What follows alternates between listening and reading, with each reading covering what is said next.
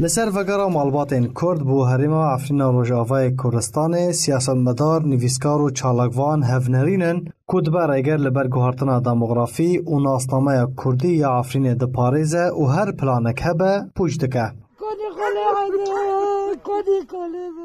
نویسکار کرد جان کرد که بخواهش گنده میدان که دازانین که خلک عفرین جالی پیده و هاتن خاپاندن و درخستن. به سوزا 45 روزان جوان را عفرین وگرینن هاتن درخستن. لیاو یک بجی نبو لوما ریا هری باش جبو ریگری کرنا گوهرتنا دموغرافی یا هرمی وگرا لسروار باوو با پیرانه.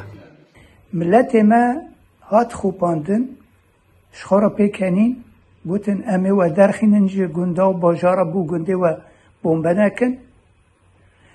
و امه پشتی 45 رو وگرن و هنو کاسون خور گو ها شطوف سرچاوه میکن گو هم 45 رو دین داوانه گرن شر نکن ای ام دخوازن گو اف پلانا گو هارتنا دموگرافی گو عرب و ترک دخوازن لهره ما جای کرداغه بجه بکن دوی اف بی راوستاندن و تنه برای که تی راوستاندن گاوه هر کس وگره بی گنده خو مالا خو سرملکی خو. نویسکار کرد بانگل هر آلیه کی کرکو پشتوان بن جه پیلا وگره را نخواستم سازی و رخستنین کردی و رومال کرنا راگهاندنا کردی جه پیله را ده همان دمیده بانگل کچبرکرین عفرین لکامپین شهبای کر کووکا فلسطینین 1948 نبن و جه وگره بیپار نبن.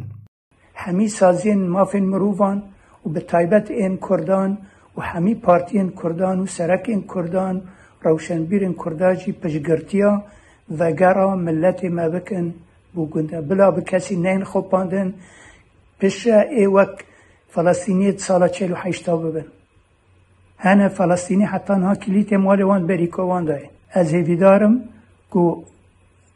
میدیا کردیجی و به طایبت ارک لسروی مسئله به گرمی و حروج بسکنه. جیالی خوف احمد حسن نونر انجمن اجتماعی کردی لسوریه دناو هفپیمانی اجتماعی یا اپوزیسیون سوریه ده تکس کرد که روزانه به دهان مالبات ودگرن اوریا تکانه جراش عفرین را وگره. روزانه تابی 10 عائله یعنی تین جگل گنده هاتنه مهویدارن هر کسک وگره جواره خواه وقت به جواکا کردی دهندر عفرین ده درست ببه و سر خواب سکنه و گوهک دیویژن ام لدجی گوهارتنا دموغرافی کنه بن براستی ام به شوه کی درست و باش بسکن.